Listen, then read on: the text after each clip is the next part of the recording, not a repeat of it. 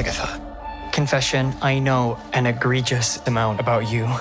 Been obsessed since I first read up on your Salem days. That's why I saved you from the spell you were under. You're the only witch that's ever survived the Witch's Road. Who are you? I'm... Interesting. We need to assemble a coven to walk the road, to get our powers back. The road will give you the thing you want the most if you make it to the end. Shall we?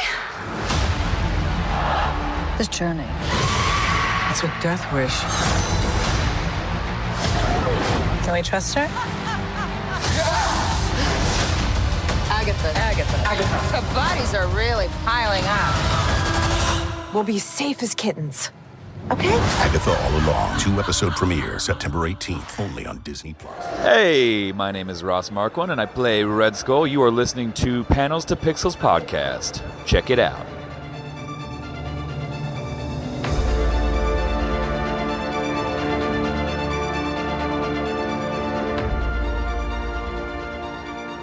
Hey, panelists, welcome back to the show. I'm Mark. And I'm Becky. And this is Panels to Pixels podcast. This is a spoiler-full podcast about Agatha All Along, episodes 1 through 4. And apologies to all you listeners for not getting this out to you sooner. I'm so sorry. Life got in the way, as we all do. Everybody has issues with family, work, life, things that happen. So it's been like that for the past few weeks. Obviously, Agatha All Along came out. We had 1 and 2 back to back. Then we got 3, and then obviously episode 4 just came out. And then within this week, obviously, we're going to go into that and do one episode. I promise you that. But we are here now with what you want to hear, which is our thoughts on the show. So I'm sure you've been listening to other people out there on their podcasts or YouTubes and their theories, their synopsises and their ideas and our radical views. But we're going to give you ours. And if you don't like them, fine, take them. And then just say, yeah, I'll just put that off to the side. But if not, we're here for you. And you can listen to us and just laugh about it because, you know, sometimes I just do like a once through and then a twice through for these episodes because I've been busy. So I've been like, okay, I'm a casual viewer. I wasn't really writing 100% notes, but I've been writing some notes. But we do have some comic information regarding this. So with that, the synopsis for these episodes, Becky, and the titles. Yeah. For episode 1, we have Seekest Thou the Road. Mhm. In a small town, Westview, Detective Agnes's murder case sends her down a road that changes everything. Okay. Are we going to go one by one? Yeah, we'll go by one, but I found it interesting that it takes off right after WandaVision at that point, and Agnes is still stuck in Westview. Yeah. In this little world. Episode 2. Circle so with fate, unlock thy hidden gate. With old foes in hot pursuit, Agatha and Teen gather a desperate coven to walk the witch's road. Interesting. I love this one. Yeah, it's really interesting. It kind of like flows right in from the first episode, which is the reason why they drop it 1 and 2. And Disney has a tendency of doing that. So is like Amazon does that on occasion with their particular format, which is very good because we've gotten that with Sandman. If you guys follow the Sandman cast on Podcast Go when Jamie and I do that, or the Dead Boy Detectives. But it's really, really cool when they do that. And then that way it just like grasps you in. It's like, oh, hold on. We gave you 40 minutes. We're going to give you another 40 minutes. And we want you to really suckle that witch's teat and go forward. All right. Episode 3. Through many miles of tricks and trials, the coven faces their first perilous trial on the witch's road. I like this one a lot too. Same here. The fact that we actually do have a coven and we have a lot of information, a bit of information, I shouldn't say a lot, but there is some based upon comic stuff and we'll get that. And it's going to be a segment about comic book Easter eggs towards the end. So if you don't want to be spoiled and you're just a casual viewer, we will tell you stop this podcast at that point and move forward another 50 minutes. And then we'll move forward with everything else. Episode 4. If I can't reach you, let my song teach you. The coven faces their second trial on the Witch's Road, and many surprise truths are revealed. I really loved this one. I love them all. The show surprised me so much. Oh, the reason why I love this, it had like music in it, had like that whole 70s vibe to it, disco in a recording studio, and I love the flair in it. Those of you who have already probably watched it are going, wow, Mark, you're probably a metalhead. Yeah, I have a bald head now. I used to have long hair. I worked in recording studios. That's where I still want a picture of you with long hair. Oh, trust me, it's out there on the Zheads. You've seen it on Jason Kabassi's Patreon. Yeah, cheap plug for Jason for his Patreon. But yeah, there are pictures of me with long hair, but you'll see some eventually. It's pretty funny. Me with long blonde hair, light blue eyes, and all that stuff. It's pretty funny. But before we get into the episodes, let's get a quick rundown of some of the main characters within this, the top cast. So we know other people. We've seen them before in WandaVision, but we got some new ones here in the show. So let's move forward. So first up is Emma Caulfield. She's not necessarily a main character in Agatha All Along, but I love her from Buffy, so I put her on here. I know her best from her role as the beloved vengeance demon Anyanka from Buffy the Vampire Slayer. I know she's been in several other things, but that is my all-time favorite role that she's played. And she plays, in this one, Dottie. She's the neighbor and librarian, but she was just a neighbor, I think, in WandaVision. Yeah, she was. That's okay. All she played in that. And she played one of the upper class style promptu kind of like characters. But just like you, I did. I love her characterization in Buffy the Vampire Slayer as Anya or Nyanka, who is a former vengeance demon who loses her power, marries Xander, and then takes her power back. And at the very no spoilers, everybody, on that one. She's afraid of bunnies. Yeah, and she's afraid of bunnies, which is hilarious on every Halloween. She dresses as her favorite scary thing, which is a bunny in one of the episodes. Oh, it's so hilarious. good. I just love Emma Caulfield. She's got such a cool, quick wit. We also know her from 90210 as well. Oh, that's right. She played something in the press at the high school. Yeah, she worked with Brandon. And then she was some sort of love interest. So there's a lot of love for Emma Caulfield here. I hope you guys really enjoy it. And she also did, there was a Buffy, I'm not going to say radio drama that came out recently. Oh, it was kind of like an audio. Yeah, it was an audio book that was out there that they did. They've done it unofficially, but they've taken it down, unfortunately. It was like an alternate universe of Buffy.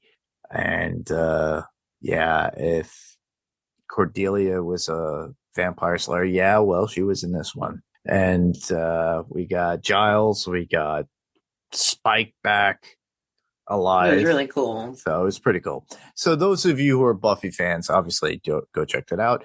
If you want to get more information, go to podcastka.com.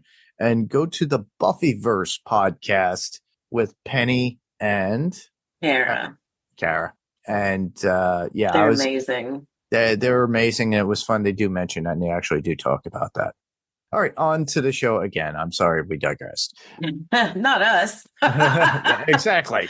Next up would be Catherine Hahn, who plays Agatha Harkness, well known for playing the same character in WandaVision, and also killed it in a drama show called Tiny Beautiful Things. She's also been around for years and movies and other, interesting movies like that. She's always been on my radar, and I just love just her characterization of particular characters, of how she's able to play them, whether it be dramatic, comedic, or even horrific at this point too, because sometimes she is horrific in this. Yeah. I'm not saying in horrific in her acting. I'm saying horrific in how evil she could be, everybody. So, all right. Next up. Aubrey Plaza playing Rio. Is it Vidal or Vidal? I like to say Vidal. I do too, like Vidal Sassoon. Yeah. I can't showing use my that. age, aren't I? Yeah. I first took note of her playing April Ludgate on Parks and Recreation, and she also has a stellar role in the well-loved second season of White Lotus. I have yet to watch White Lotus. I actually have to sit down and do that. You'll enjoy it when you do. I had recommended it. My sister's birthday was this past weekend. We celebrated on Sunday. Happy birthday. Yeah, she's 59. And we were sitting around this Mexican restaurant, and the Egyptian owner, an Egyptian owning a Mexican restaurant, we were talking about, he goes, "Oh, I like this episode. I like this show." I was like, "Oh, he's getting involved in the conversation." And they're like, "Oh, my mother's like, my son's a podcaster. He does all." She goes, "But he doesn't do stuff I like." Thanks, Mom. Wow, Mom's more into like historic stuff and things of that nature, but go figure, she's into Outlander and stuff like that. Which my mom loves Outlander too. Yeah, but there's historic stuff in it. Like I said, we digress. But next, I said I mentioned White Lotus is something that I was interested in. I mentioned that too, and this is a cheap plug for what we're doing on Adrenaline Cinema Podcast, because Billy Spaulding will be actually covering Kevin Can F Himself on Adrenaline. Good. So he'll be covering that on Adrenaline Cinema Podcast. It's going to be a kind of a spinoff. Hopefully we can move that into the Pirate Core Entertainment Podcast. I'm going to see what I could do before we actually launch that. It's something that I have to add on as another podcast, because we're trying to branch out, get you more material out there for Pirate Core Entertainment. But I've always loved Aubrey Plaza. I just love her comedic wit, and she's been doing a lot more. She looked very different in this. I hardly recognized her at certain point. This last episode, when I was like, "Oh my gosh!" And I didn't realize it was her at one point, and I was like, "Wait, is that Aubrey Plaza? Is it not?" I was like, I had no clue. She's beautiful. She's very strong, and it's a different character in comparison. Yes, it might be slightly evil in how her characters are usually comedic, but she's killing it. She's killing it in this. She could also be seen in Legion, which is Legion is a Marvel-based character, Professor X's son, who's crazy, and they did that on, I'm forgetting, it might have been TNT or Sci-Fi at one point, but a very interesting, and it was done in the comics, everybody, as you know, and it was adapted, and Aubrey Plaza played a character in the psych ward with the character Legion in that. So I thought that's pretty cool. So check that out. Also covered on Podcastica. It's called the Legion Cast. So Jason Kabasi actually does that with a bunch of people. I think Rima and a few other people. So if you're interested and you could still see it, you get it on streaming, check it out, and then follow their podcast. Cheap plugs for my friends, everybody. Anyhow, we'll move on to the next one. Oh, one of my favorites. Deborah Jo Rupp. Mrs. Hart. Mrs. Hart. Best known for her role as Kitty in That 70s Shows, as well as That 90s Show, which unfortunately, I haven't seen the new season. It was canceled. That 90s Show was canceled after this last season, so it only got 2 seasons, everybody. But you could see a friendly voice that was on the podcast, somebody who I interviewed once, that one and only That Kevin Smith. He was on there as well with Jason Mewes playing Tommy Chong's. I was going to say Cheech Marin. No, Tommy Chong's son in it, taking over the family business of selling weed in the 90s. Love it. Which is interesting. But next up, Next up is Sashir Zamata, who plays Jennifer Kale. Yeah. I recognized her from a very funny sitcom that was canceled way too soon called Home Economics. I think you can catch it streaming on Hulu or Netflix, but it's about a family, siblings that grow up or that live in San Francisco. And one is super rich, one is like the dorky brother with the wife and kids, and then she plays a lady who's got a wife, and they have two kids, and it was so funny, and then it just disappeared. So Huh. Yeah, sometimes that happens. They get these shows and they last maybe half a season or maybe ABC is the worst. one season. Yeah, And you're like, what happened to that? That's like that 80s show. That I never 80s saw show, it that. lasted 3 episodes. Zombieland had only 1 episode on Amazon Prime. Did you ever know about that one? No, I'll have to check. Is the one episode still up? No. Oh man, But I do hold a copy, which you that's cannot my find. boy. So I have a way of finding things and having them stored on a drive so that I can watch them at any given time because I like to have that stuff because it's fun. I'd like to see that. All right. Next up, Ali An, who plays Alice Wu Gulliver. And Ali An is an American actress. She has appeared in TV series such as Billions, Orange is the New Black. That's probably where I saw her because I was a big fan of that show. Raising Dion and The Diplomat. And I've heard of The Diplomat. It's good. Next up, we've got Patti LuPone playing Lilia Caldera. Okay. Most everybody probably knows her from Broadway. She's had a pretty epic Broadway career. But on the smaller screen, and this, thank you, Wikipedia, for this fancy sounding sentence I'm about to say. She lent her assertive presence in recurring fashion with 30 Rock, American Horror Story in 2011, and Penny Dreadful in 2014. She is brilliant. Wow. Yeah, she's very talented. Good range. Good range, yeah. Next up would be Joe Locke, who plays the teen. I love that. So he is known for his lead role as high school student Charlie Spring in the Netflix teen series Heartstopper. He looks familiar to me, but I've probably seen him in cameo appearances in other films or shows. I was scrolling through Netflix last night. I've been watching reruns of Brooklyn Nine-Nine before I go to sleep. You too? And this, I love that show. Nine-Nine.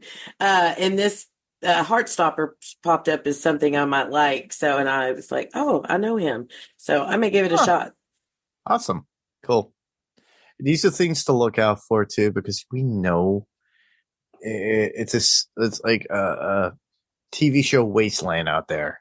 Mm-hmm. There's like new product that's out there that we do like and some we don't like, but me, and we'll talk about it later, I've been delving into older stuff that I never got into. Like Brooklyn Nine-Nine, I didn't get into I would say about until like 8 months ago. Really? Yeah, and then I bought the whole series on iTunes. So I kind of binged watch it throughout during the winter months. So I'd wake up to it, go to bed and wake up to it and be like, okay, let's go. I'm like, oh my God. It's like, we talk about the Zed Heads and Jason's Patreon for podcast, but I kind of they just had a whole getaway this past weekend in Galveston, Texas, which is awesome. And I wish I could have been there. I couldn't afford it this year, but my heart goes out to them and loved seeing the pictures. But I kind of recommended something for next year if I do actually show. And I said, let's do a Halloween heist because we always do this and center it around Halloween in October at times. Yeah. It would be funny if we had a Halloween heist at an Airbnb and somebody coming up with something. Oh, that would be so much fun. So we'll figure that one out. But yeah, Brooklyn Nine-Nine is is my go-to. Very much almost like The Office and Parks and Rec and The Big Bang Theory and Friends for me. Yeah, I those just are good go ones. to, I gravitate just for something to throw on in the background that and honestly, everybody says it, and even my niece said it. She goes, it's not PC to watch Friends. And then, she was born in the early 2000s, but she's catching up with it, and she goes, I really loved Paul Rudd and Lisa Kudrow and their Oh, characters yeah. together. So she goes, they were voted the best couple. I was like, really? I was What like, is it? What is it? She changed it. Princess Consuela, banana hammock. and then he changes his name to Crap Bags. Yep. I joked with my husband about doing that when we got married. Like, I'm just going to change my name to something random. I'll say crap bag. And Yes. then when she found out what a banana hammock was, she had to change it back. Yeah. All right, we kind of digressed again, but we're gonna get back on course. Everybody, stay on target. Stay on target. Like Porkin says, or one of the guys from Star Wars. Anyhow, we're going to move right into first impression of the show as a whole. So we've gotten 4 episodes, Becky. We've watched all of them completely. I've watched them twice each. Mm-hmm, You probably watched them a few more or taken more notes. But what was your overall thought? What was your anticipation for the show? What did your thoughts as you were getting into it? And what was your overall outcome after these 4 episodes? Well, my interest was piqued on this when Catherine Hahn was on Good Morning America, and she was talking about the show. Mm-hmm. And I did not put 2 and 2 together that this was related to WandaVision. And then you had mentioned it, and I was like, yeah, I want to watch that. So going into it, it was just something that I was like, yeah, I'll check this out, see what it's about. And then by the end of episode 1, I was like, this is one of the coolest television shows I've ever seen. The visuals, the storyline, you got humor, you got mystery. The cast is amazing, as we just listed a few of them.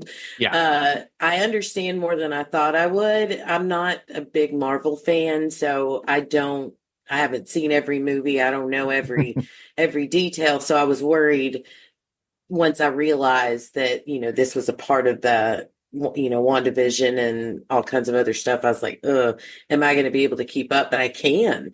And it's, it is the perfect follow-up to WandaVision. I love it. What about you? Well, the funny thing is that the way you brought it up, the fact that you didn't really follow along too much until you watched those movies, and it's a credit to Disney and Marvel and how they're able to make it and get people captured into it because of that. There is the legacy, but people could jump into the episode and they kind of allude to a previous show, and they mention Wanda, and they're like, oh, wait, Wanda was in Marvel. Oh, she had a show. Oh, we should go back to that show.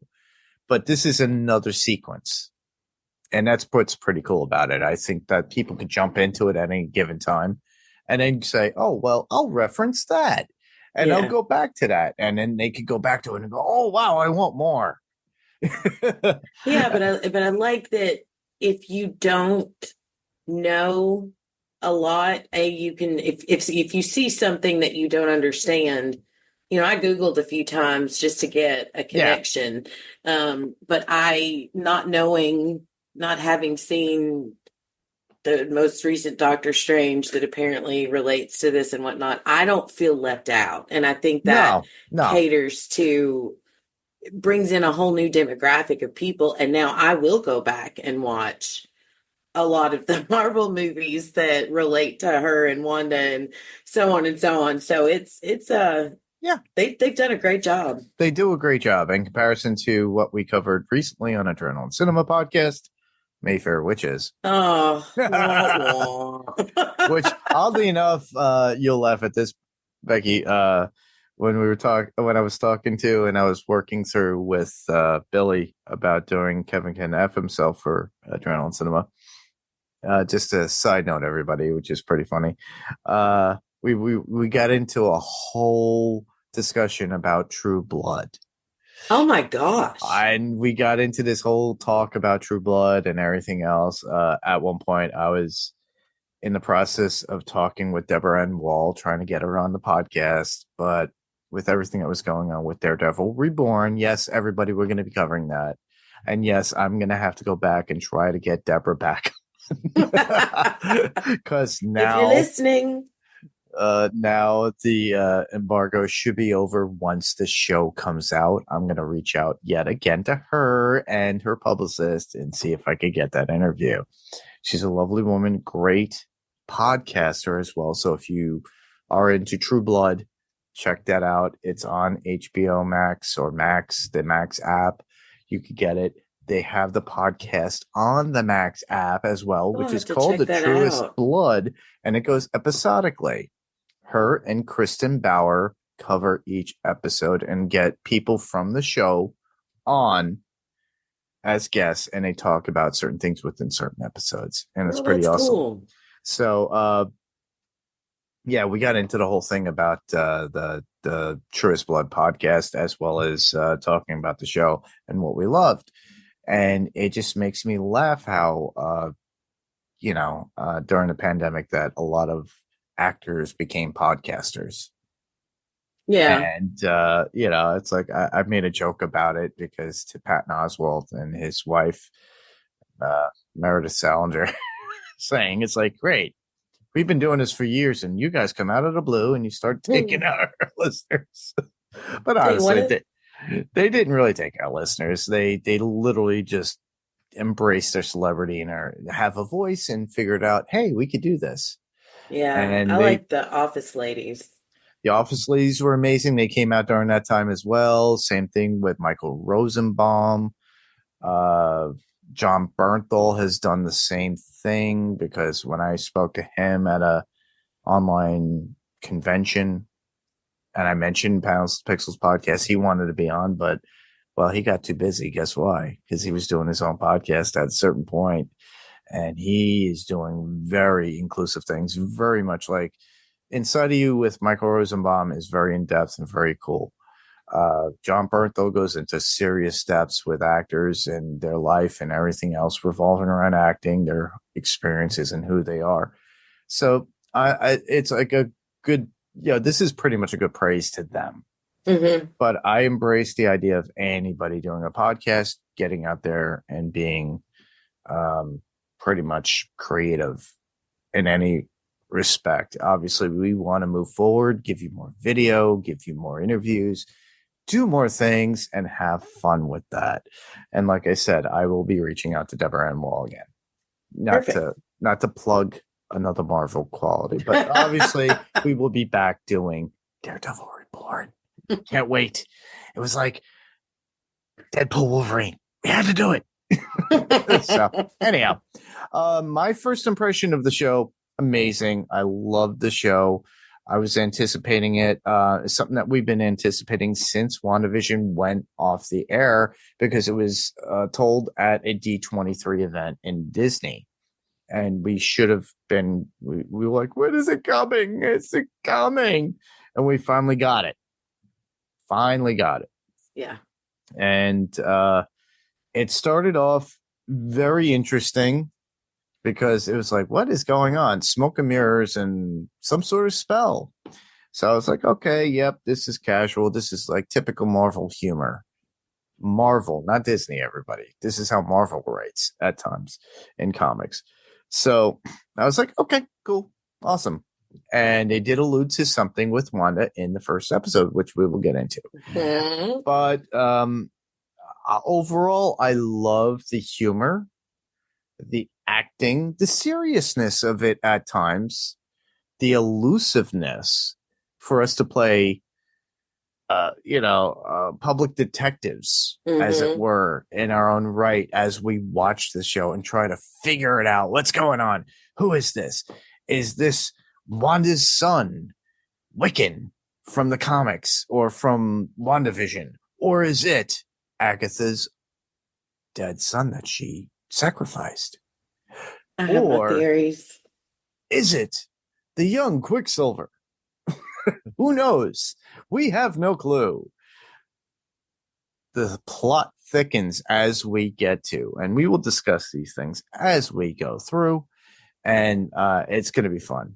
I'm overly satisfied with the show. It makes me want to tune in, makes me want to watch it, and intrigued going. Mm-hmm. And at the very end, you get all the cool stuff with the witches stuff at the very end. Yeah, the credits. There's some neat stuff in there. It is. And, they showed Wizard of Oz. They show stuff from Bewitched. Disney, early Disney stuff, the Halloween stuff that they had in Disney. There's so many things that you could go through and just look at and just appreciate. Now, if those of you who are fans like me of Halloween, we're in that month, everybody. It's my favorite time of the year. I'm not a big Christmas fan, but I'm a huge Halloween fan. So by the end of August, all the way till November coming fire. And yes, I just referenced a Samhain song from Danzig. Sam Hain, for those you layman people out there. Anyhow, it's all the way from like the end of August all the way till the end of November for me. So November coming fire is coming. And we do have Halloween in between, and we will be prepping more for Adrenaline Cinema Podcast because, well, we have to do horror stuff based on that particular podcast. And if you want to be part of that, let us know, and we will talk to you about that at the end. But we have this show, and apparently Mayfair, and apparently Mayfair Witches too. But I swear we're going to finish this. Yeah, we will. We're only 30 minutes in. Come on. It's not really much. I only have a few breaking points in between per episode, so we're not going to go really so many. Oh, so you're going to be the talker in this one. I'm going to be what should not surprise you given that that's just what I do. Yeah, I know. But anyhow, I'm overly satisfied. I'm happy, and I love to tune in. Perfect. All right, so let's get into specific show moments, and we could start with episode 1. Becky. My first thing, it took me a minute, but then because I was like, what the heck is going on? And then it dawned on me, they were doing the most epic parody of the Mayor of Easttown, which is a phenomenal show. If you haven't seen it, I do recommend it. And then later on, when she's coming out of the spell, and the neighbor's like, well, you have been on a bit of a true crime phase lately. that alone, I was like, okay, I don't know what's going to happen, but this show is worth it because of that right there. Well, the fact of the spell, if you look at it, she goes in and out of black and white to different colors to different scenes, very much like in WandaVision. Mm-hmm. When she realized, and it comes to that rationalization, when we first meet her, she's a detective, Agatha Harkness. Now, mind you, before she was just a hi neighbor next door person to Wanda. And now she's there and she's investigating a death. Mm-hmm. And a death of somebody that we know, which is very odd because it has a toe tag with Wanda Maximoff's name on it, and it kind of disappears. So it's like overshadowing because and the first thing I thought was, okay, this is the overlapping spell that Wanda put on Westview at that point that included Agatha, but how strong is this spell? But as we all know, everybody,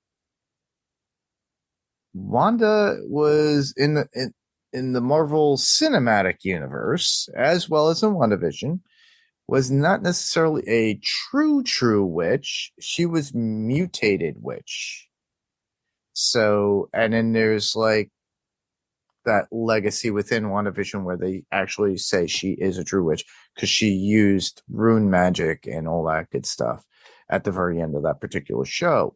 So maybe she's a truest form. Who knows? Will we see her at the end of this season? it would be amazing to see a resurrection of Wanda Maximoff coming back as the Scarlet Witch and taking her presence to get there to Secret Wars. Be amazing. But within the show itself, I'm awaiting to see more. But I love the nods to the fact of WandaVision. We got that Agnes where she was under a spell, and then she's trying to break it, and then she broke that spell and got out of it. But we do get a new person, which is Vidal. Mhm. And it's very dark, gloomy, the character, sardonic in some way, and it makes me think there's a little bit of evilness behind this. Yeah, and when she literally busts into the scene as a fellow detective, and then when she reveals her true self, the chemistry between her and Agatha also is like, oh, okay, something's happened here. I don't Yeah. know what it is, but I'm really excited about it, which was just another really amazing moment of how they just keep reeling you in to where you really want to see the next scene, or you really want to make sure you catch the next episode. And talking about, keeping you in, I walked away from that episode with, is that Wanda? Why were all the books burnt? What exactly is the dark hold? That's why she went back and said, I gotta watch Doctor Strange. Yeah. Note to self. But then, when she realizes that, she's under the spell, and Rio's like, claw out of there, and she's literally, like you said, peeling off all of these layers. But it's, I recognize the 80s. I recognize the black and white Yeah. from WandaVision. Mhm. And then in the middle of this beautiful, intense scene, she's wearing pants that say naughty in sparkles on her butt, and I'm just like, I laughed out loud, and then I'm right back into the intensity and severity, severeness of the moment. Yeah. So it was, but the way Catherine Hahn can just like that change from funny to mean to caring to Seriousness. pained. It's just Yeah. her range, but the way she can do it all in one scene is absolutely mind blowing. Yeah, it's very creative from an acting standpoint. Um, if they did cuts, that would be interesting, but it looked to me it was very fluid. It looked like it. So it to me that shows the presence of somebody who knows what they're doing and knows the character and knows what the character is transforming into. So I really do enjoy that, and that's why Catherine Hahn's really very talented. Aubrey Plaza obviously manipulative within this, but like I said, a little bit more evil or dark in the Yeah. character that she normally plays. I like it though. Yeah, but this also starts her journey with Agatha too. Agatha starts her journey to find, because they also have somebody else new, a teen there that they're interrogating, I believe, in the first episode. Yeah, no, it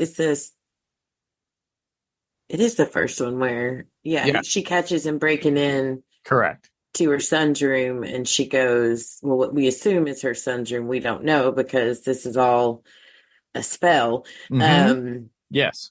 But then, she chases after him, and I thought it was interesting when he got hit by Mrs. Hart, and Agnes at the time doesn't even seem to realize who she is. So it just adds more to deepen the, realness of the spell that she's under. Yeah. Yeah, it's the plot opens up a little bit more. Yeah. Of her world, because she's coming out of the spell that Wanda had put over Westview. And I think a lot of the other people are feeling that same way as well, because Well, they're out. They're out of it. But they're trying to adapt and move on, but Agnes still seemed to be, because it was the last spell that Wanda put on Agnes herself specifically. If we remember, if you go back, listeners, to and watch the last episode of WandaVision, she specifically traps Agnes in that world as said character. But apparently that character did change because she became a detective. And everybody, and you stated it before, Becky, that they were saying, well, you were this at one day, and then now you're a detective this day. Yeah, like so they adapt to try to keep her entertained. Yeah, or from being crazier than, and when she busted out of the house naked and I say this a lot with shows. I think I said it with several characters on Interview, but give her all the Emmys because she's bringing it. Wow. Yeah, honestly, the one is beautiful, and God bless her. Yeah. But Herb was just like, I don't know. I can't. I have to look at you in the eye. Yeah. He is so calm, and and then the guy that was running down the street, and then he sees her naked and he just starts running backwards. Yep. And then the sheriff of the police station or whatever, her boss is, Dottie is dragging him back in the house. He's like, I'm not looking, but he's obviously looking. Anyway. Oh my God. That was a good first episode. I didn't know witches had a third nipple. Yeah. Is it magical? Anyhow, bad jokes. The nubbin. Yeah, that's something out of Friends, by the way. I'm so glad you got that. Good. Look up Chandler Bing. God rest Matthew Perry's soul. All right. I think we can move into episode 2 because this kind of leads into it, because this is where she tries to find where she has to go from there. And she's trying to find her path, but she literally runs to the teen that's there.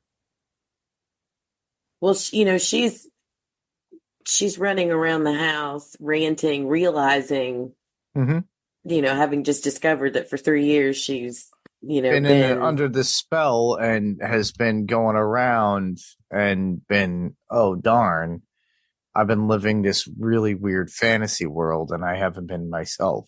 Yeah, and to watch her, go through the anger, frustration, confusion, and then, the teen, I love the way he hopped around that whole house, and she did not once bother to untie him. It just made for such a very comical scene, but he ended up, she does need him, and she realizes that she needs him. But I also think in some way in her heart, she already has a soft spot for him. I just don't think she realizes why. Which points me to the question is, because she found him where? In her son's bedroom, quote unquote? When he broke in, yeah. When he broke in, which makes me think it's like, well, and then this is where we get into really spoilers of it, but obviously you guys have listened to others, you've been watching, you already have questions of your own. My question is this remnants of Wanda? Like I mentioned before, is this Wiccan from Wanda's world that became that did Wiccan's soul empower this child in Westview and then take possession of it now as like a teen. And he was trying to get answers because Agnes was close to her mother for the fact that she is a witch. Or is this, and it made me think, it's like, is this her son? Because he wants to go to the Witch's Road, which is where you would find something that is true to yourself or true to your heart. And if that were the case, he already found his mother. If he is her son, or is he Wiccan and he's using Agnes to find his mother Wanda, whose soul is still alive somewhere? Yeah. And they're going down the Witch's Road so he could meet her, get his mother back. But I would love to see Quick come back as well too, which is his brother, his twin brother. So you got Wiccan and Quick. I might be getting that name wrong, but that I'm just saying you got two boys. Wiccan, very much like Wanda, and then Quick, who's very much like, guess who, everybody? Wanda's twin brother, who has the speed, the Zipster himself. Anyhow, but it makes me think, I'm like, what is it? Same thing. I have like two sections. I've got just notes on fun stuff or stuff that I enjoyed in the episode, not always fun, and then I've got a set of questions that I had for the end of each episode. And one of those is, first, whose brooch is that? Whose hair is in it? And then was when her and Teen were leaving to go find the coven, was that Wanda's house that had been destroyed? Yes. Okay. And then I'm dying to know about her coven and what happened to them. And spoiler alert, I think based on the conversation that happens in episode 4, she killed them all on the Witch's Road. Yeah. Because she is not to be trusted. Not one bit. Not one bit at all. I agree. Agatha will be there for Agatha only. And you could tell that too, exactly from the fact that, from the history of it, Agatha had to kill her own son at one point, as we know. She had to, or she chose to. I don't think she had to. I think she chose to do it for power. Yeah. So I'm wondering, or so we're made to believe. I'm wondering by the end of this season if this is Wiccan, which is Wanda's son, it's her redemption arc of helping Wanda come back and embracing and creating a new coven with Wanda, or it's her son and it's her way of redemption of like I'm sorry, I did this to you, and then taking him under her wing, and or redemption in the sense of like saying I'm sorry and then moving on and being a good witch. I don't think she's Glenda. I still think she's the Wicked Witch of the West. She's definitely wicked. A few other notes. I love her comedic acting when she goes in and plays the Southern lady to get Lilia to be a part of their coven. I love how ready Teen is for whatever it is that what she needs to happen to convince these other witches to come along. He's just always at the ready, and it just adds to my theory that he is a part of her, and he just he just knows, and I like that. That's why it made me think that that's an essence of her, and that would be her son. Yeah. So it's just like I'm torn in half at this point. I'm like, Yeah. I really don't know where to go. I am laying on the sword which we'll get to later, but that's Yeah. her kid. I love the coat that she's wearing when she comes out of the house and sees the crow and the wolf. I think it's a wolf. Yes. And she looked stunning in that coat. I thought it was hilarious when the Salem, when everyone shows up and he's trying to be all serious and with his welcome sign, and he's like, "What do you think?" And she's like, "Oh, let's just move it a little over," and then she just rips it down, and just I love her, like I said, the way she can transform into one, saying one thing one way, and then at the drop of a hat, she's back to being sarcastic, mean Agatha. The ballad, what'd you think about the ballad? I thought that was beautiful. It gave me serious Hocus Pocus vibes. It did. It was the chanting and everything that they needed to do. But to me, it was the gathering of the witches together of the coven within the episode itself. Mm-hmm. Between Lilia Calderu, definitely Jennifer Kale, and of course Jennifer being like who's been running a bogus wellness shop, Yeah. rife with legal issues since she was ousted from the witch community, and they get them to join their quest, and then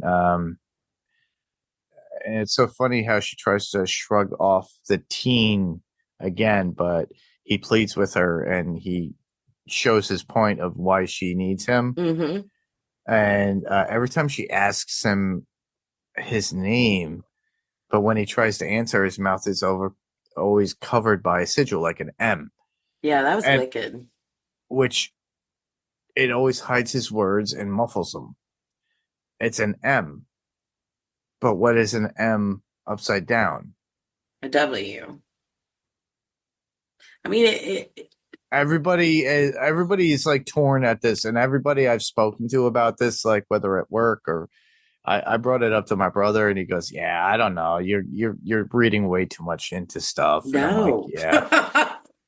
Well, I think if it's a W or an M, it works because of her name. Her name is Wanda Maximoff. Mm-hmm. So it could be her either way, but who hexed him? Who hexed him? Yes, who put the sigil on him. And I like her response, which we'll get to when we get to episode 4, when he asks her about the sigil. I thought that was telling. But that's really cool special effects, the way they make that look, and it looks natural. It looks real, like it's looks not like makeup or anything. House on Haunted Hill to me, a little bit, if you ever watched that show. Is that the series of books? It's a Netflix show, House on Haunted Hill. Is it like the same characters or same actors in several different? Yeah. Okay, yes, I have seen that. Yeah, it had Henry Thomas in it and a whole bunch of people in it. Yeah, those are good. My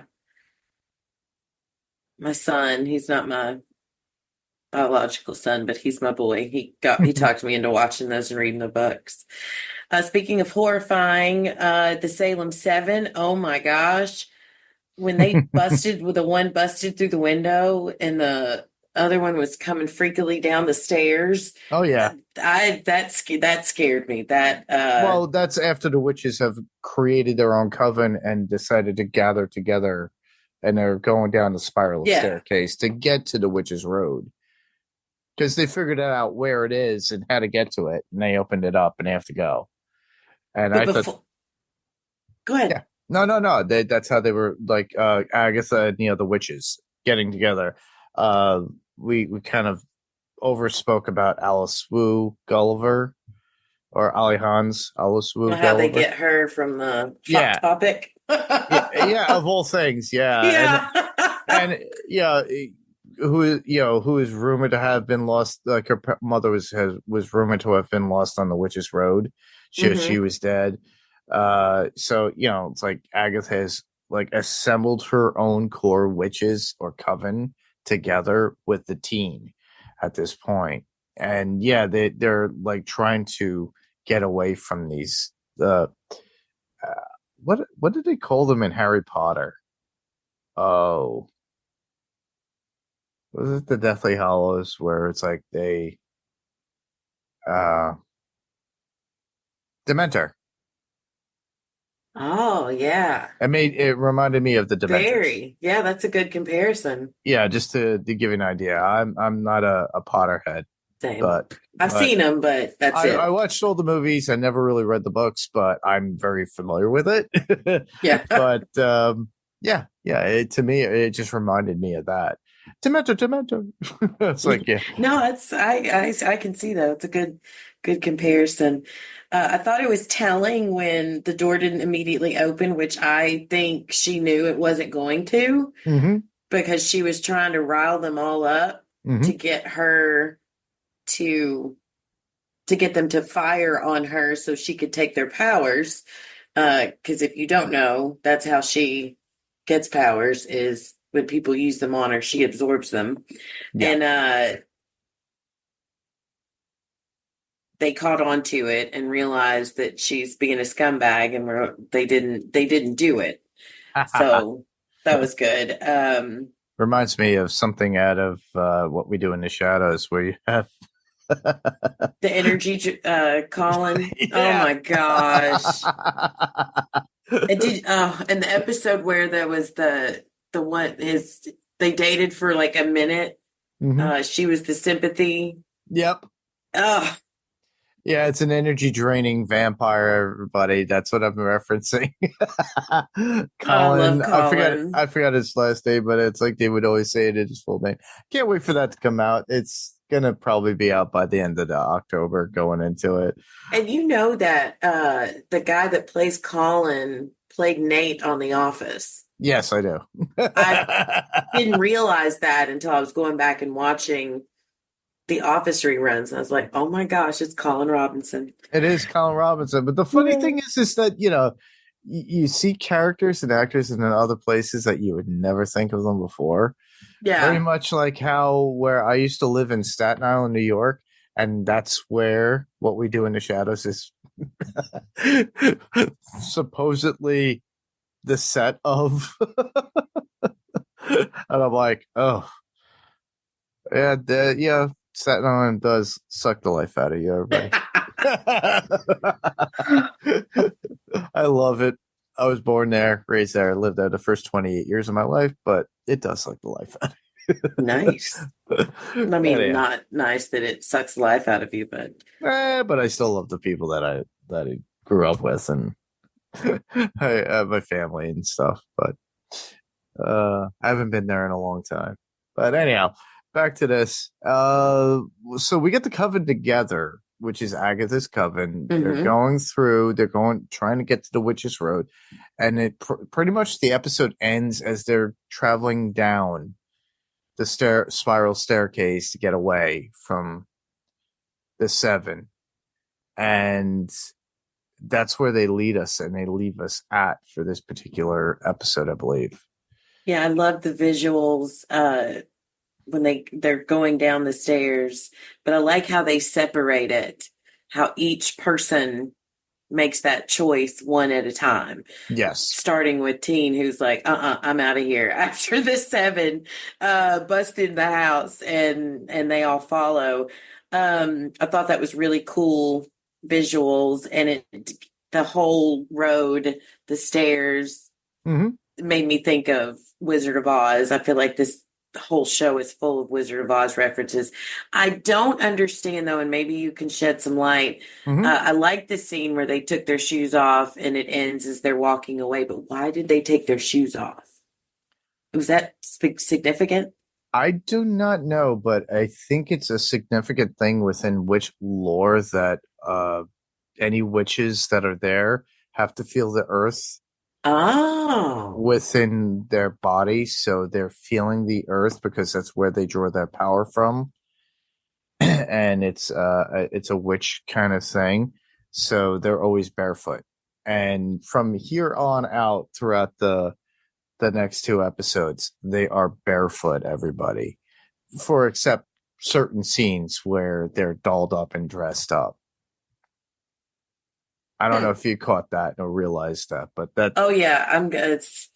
I got that in my notes, and I think I know the TV show they were doing the parody of on the I'm a very second episode. tenderfoot, so I would be the worst warlock known to man, because I would be like, ow, ow, ow, walking on the, I have really flat feet, so I feel everything and everything. Yeah.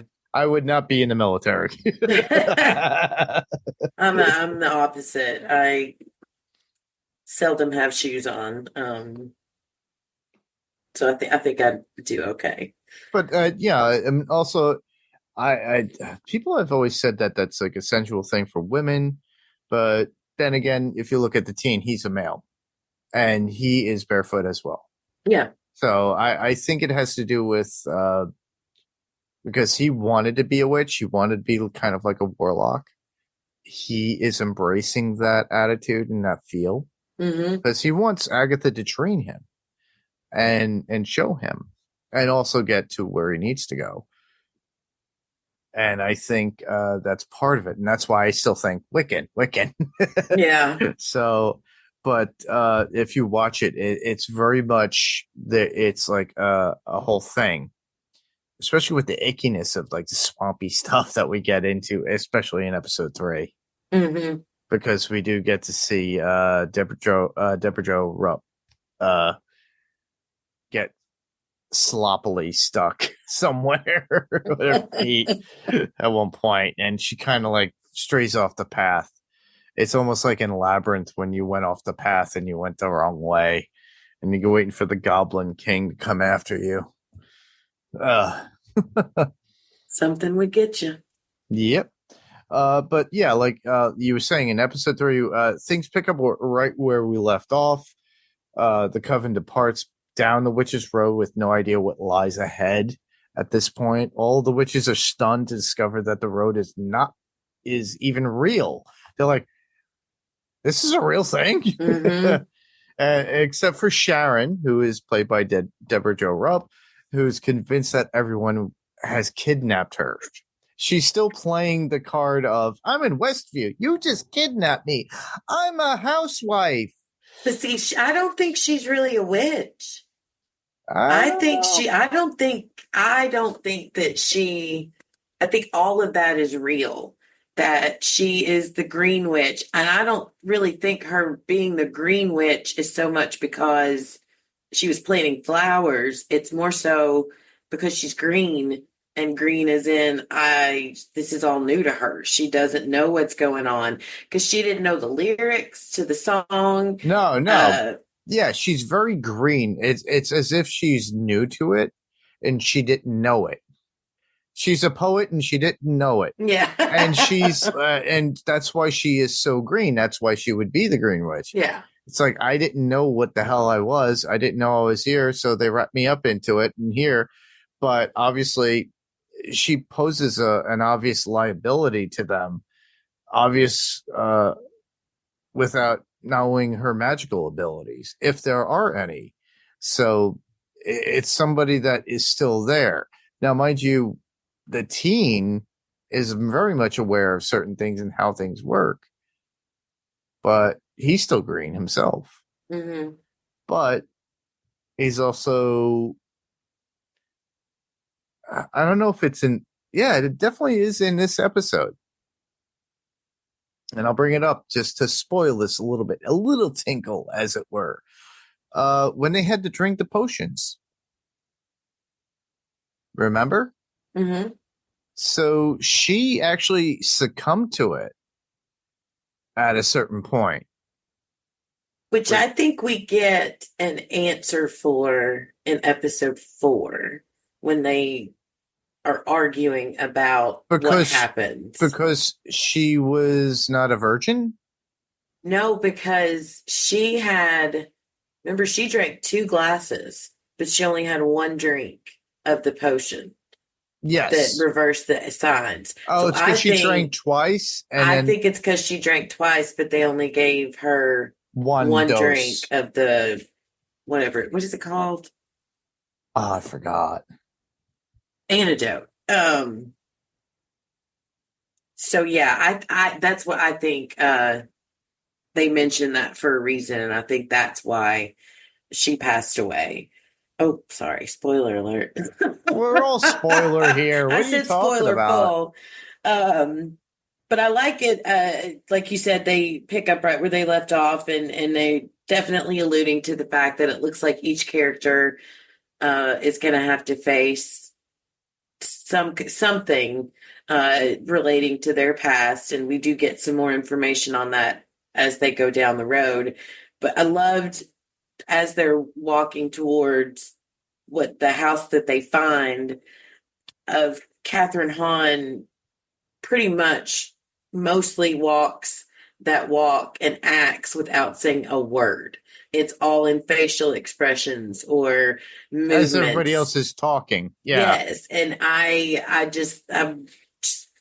rewound that several times because I was like, that is absolute acting genius. I thought that was so. She's reacting to their acting is what it is. Yeah. Yeah. But she's without saying a word, every single thing she's thinking and feeling at those moments in relation to what these ladies are babbling on about. She's trying to feel through them is what it is as a coven, I think, and who she could trust, who she can't trust, and try to figure out what makes them tick to make it work for her. Mm-hmm. Yeah. Because she's trying to lead this coven.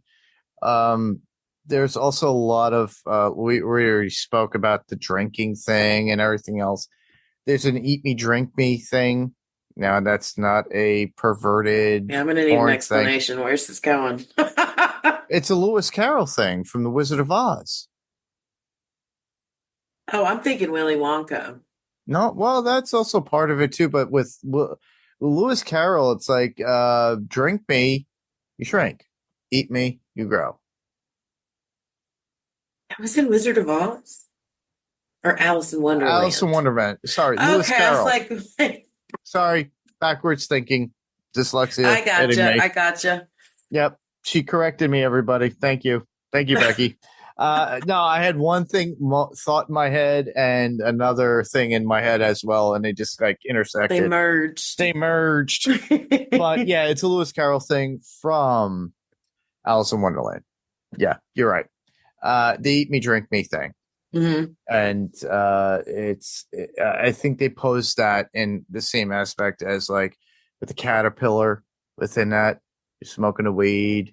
Mm-hmm. Is there the false information, which makes me think of Vidal because we get Vidal at a certain point too on the road as well.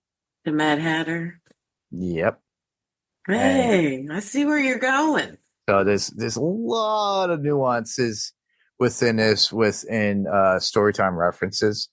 I don't know if there's a big bad wolf, and maybe Agatha is that. Who knows? Yeah. She might be the big bad wolf, the wizard. Yeah, ignore the person behind the curtain. Yeah. No, that's me, everybody. It is. But you do grant wishes, so. No, I don't. You granted mine. I'm sitting here right now. Well, that doesn't take that much. Yeah. I just said I was easy, everybody. I'm sorry. Anyhow, back to the show. But the fact is that she leads these people onto their thing. And it's like she's trying to manipulate the coven as she's going to get what she wants. But she's not being very entirely honest about it. Nor is she participate. Like she's not. She's trying not to actively participate with their banter between each other in between break times. And you could tell she's purposely doing this. And you're like, what's her ploy? What's her reasoning? Well, her reasoning is to get to the end of the Witch's Road to get all her power and regain where she was. And she doesn't want to be close to these people. She just wants to get what she needs from them and move on. It's like The Usual Suspects. The movie, The That's Usual a great movie. Is she Kaiser Sose? I don't know. She Kaiser Sose something. I don't know, man. She starts walking around. She's not walking with a limp, and she's going to start walking normal. I don't know. I do like that when they enter the house and their clothing changes, the house, the clothes gave me Big Little Lies. I don't know if Little Lies or oh darn it, what's that movie that came out in the 70s and 80s with the women that lived in a commune and it's all families? The Stepford Wives? Yes. Gave me that vibes a little bit. They did a remake with it with Nicole Kidman, which is pretty funny too. She goes to my church. I have given her communion. Who? Nicole Kidman. Really? Mm-hmm. Wow. Yep. Damn. And she's married to a country singer, I believe. Keith Urban. Seen him too. Awesome. Yeah, it's cool. She knows celebrities, everybody. I'm fancy. She's fancy. All right. It's good. I didn't think about Stepford Wives too. Yeah, that's what I thought about right away because it looked like they were that typical stylistic, urban, preppy, proper way of living, But the first thing that came to my mind was like because Nicole Kidman played that character too. But yeah, it's so strange. And it's just like, okay. And then that's when they got to the point of drinking the potion. And especially with their face. Oh my gosh. When they panned around to. And the fact that like Agnes herself at the very end did not drink it. And she had to drink it. Because it had to be but all you of them. notice that it wasn't until Teen went to grab the glass and say, here, I'll do it. That she took it because she cares about that boy. She doesn't want anybody to know it. But it was not until then did she decide, okay, fine, I'll participate. Correct. Yeah. But yeah, she was trying to be sneaky and cover her face with her hair so that they wouldn't know that she didn't drink it. And then, of course, she got busted and had no choice. But it's her just being selfish. It is. But she kind of, and it was a realization that all of them had to drink it except the kid. Mm-hmm. And it said something in the spell or information that they got that you couldn't be a virgin or whatever. Who else would be him.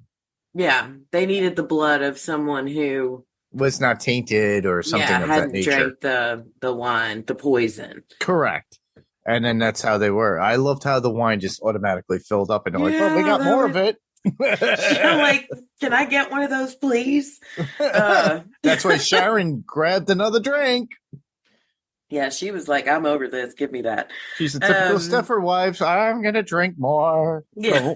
If you're living in that situation, I'd probably constantly be drunk. Damn. I liked everyone's, the side effects to clarify what we're talking about. They had to drink the wine. The first effect was their faces. Looked wow. They looked like the Elephant Man. Golly, that was shocking when the camera panned around. And then that went away. They thought they were cured, but Jen, using her talents, realized that what it was, and that the next thing would be hallucinations and then eventually death. And so, if you don't mind, I wrote down each person's hallucination. Go ahead. Alice sees her mom and her mom freaking out about not being able to save her, which to me shows, okay, this curse that Alice has talked about is real. Lilia, she saw a girl dressed in old-timey clothes, and then she gets to the table and it was all dead people, right? I'm a little confused about that Yeah, it one. looked like a lot of old dead people to me. And then she comes out screaming they're all dead. So I'm very curious about that. Jen has the doctor who was insulting her. And I wrote down here, is that who bound her power? I think he might be the guy who took it for him to be such an important part of her hallucination. And then, of course, right before they drink the potion, Agatha hears the baby crying. She goes to pull back the blanket on the cradle, and it's a book. It's the dark hold, not the baby. Yep. Because that's what they all wanted to get out of there. The Darkhold is like if you watch Doctor Strange in the Multiverse of Madness, you saw how it drove Wanda mad and how crazy she was. Meaning that in this universe or in this reality at this point, the Darkhold is still a presence. We already knew that there are other Darkholds in other universes. Maybe this is a different presence, or the underside, or maybe it's Mephisto. And I've been wanting Mephisto for so long, and I think that's where Vidal comes from. But that's just me.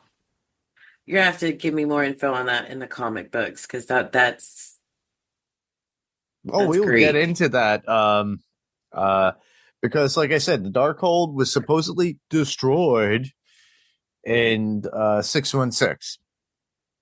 Technically, we're in 616, but they went to the Witch's Road, right? Mm-hmm. So that's a different reality. Yeah, I forget that with Marvel and Doctor Strange and the end game and all of that, that I forget that there are so many different realities, which means that I think there is a solid chance that you will see Wanda back, Yeah. which would be cool. They could resurrect Wanda. We already knew that there was another Wanda in another reality with her two sons. She goes back to that. That other Wanda is there. And she is I'm gonna get this wrong. Mm-hmm.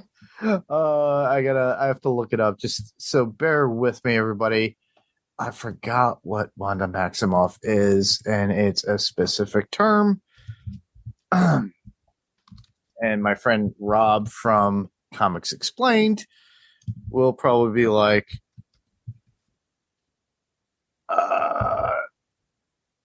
what is it? Oh, a Nexus being. The Nexus, that makes me think of Charmed. No, it's a Nexus being in the Marvel Cinematic Universe or the Marvel Comics. And a Nexus being is literally, I had to think about it and it just like popped in my head.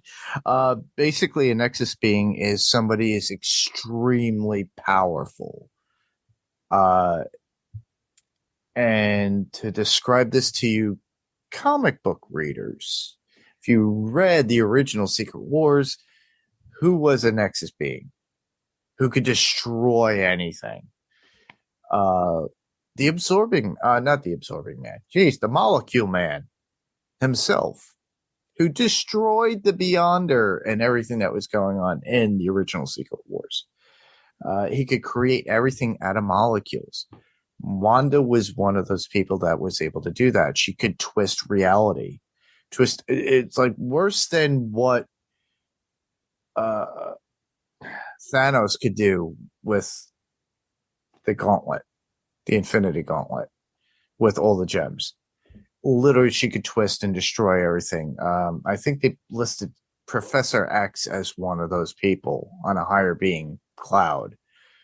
There's somebody else as well. I'm forgetting who, but I'm sure you comic book readers are like, you're getting it all wrong, Mark. We're going to tell you right.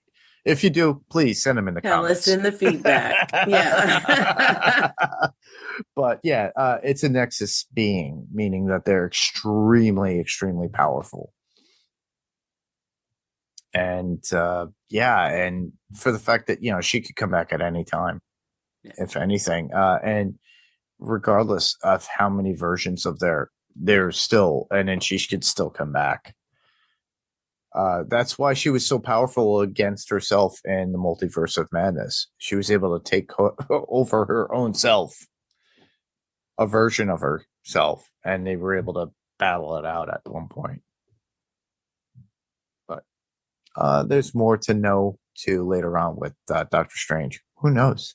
If you guys watched that, if you remembered it, we were left on a cliffhanger again. Not Marvel. Not Marvel. So they go through and they find all of the things that Jen needs for the potion. Mm-hmm. And I thought it was hilarious that she needed a way to boil the water, and he goes and gets a sous vide. If you don't have a sous vide, I highly recommend it. It's a phenomenal way to cook food. And then they go back and forth about the color. Is that green? Is that blue? Which is in representation of the witches themselves and who they are. Yes. That was cool. And then they get it right. They go to drink it, but the timer doesn't stop. And then they realize Mrs. Hart is passed out on the couch. So they, just in the nick of time, get her the potion, and then the stove opens and they make their exit. And one nice... You know why I'm laughing about that, right? Because she got stuck? Hansel and Gretel. Oh my gosh. I didn't even think. Yes. Sorry. That's where Lilia says, I had a friend who did that once or something. It didn't end well for her. Oh my gosh. Yes, everybody. I'm ashamed I missed that. So I'm trying to point out the obvious to Becky, but these are the little things that I picked up because Grimm's fairy tales at times get really grim. That's so good. But before that happened, Sharon was experiencing a scary hallucination, screaming for Wanda to spare her life. Her husband's life before she faints, before she actually dies. And then we realize she's dead. She is dead. Yep. And then they're like, oh crap. And then they have to go through the oven because it's their only exit point at that point. It's kind of like an escape room. Yeah. They literally, before they could escape, somebody had to die.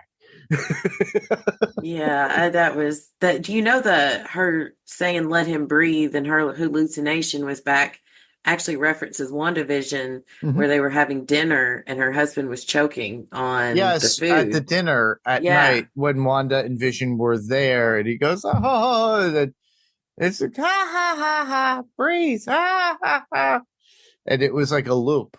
Yeah, it was like a loop that Wanda had put them in, like a hiccup. So it means that the spell is still there.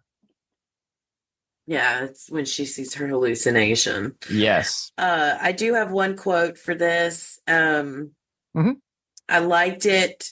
Again, I know it was self-serving, but I did like Agatha grabbing Jen and shaking her and being like, you can do this. And her quote unquote pep talk, I've always hated you. And then Jen replies, if this is a pep talk. She goes on to talk about how she can do this. I thought that was a very funny exchange. And then my last note is not Mrs. Hart. Is she really dead? Yeah. Yeah. So that's all I have for episode 3. How about you? That's all I had to.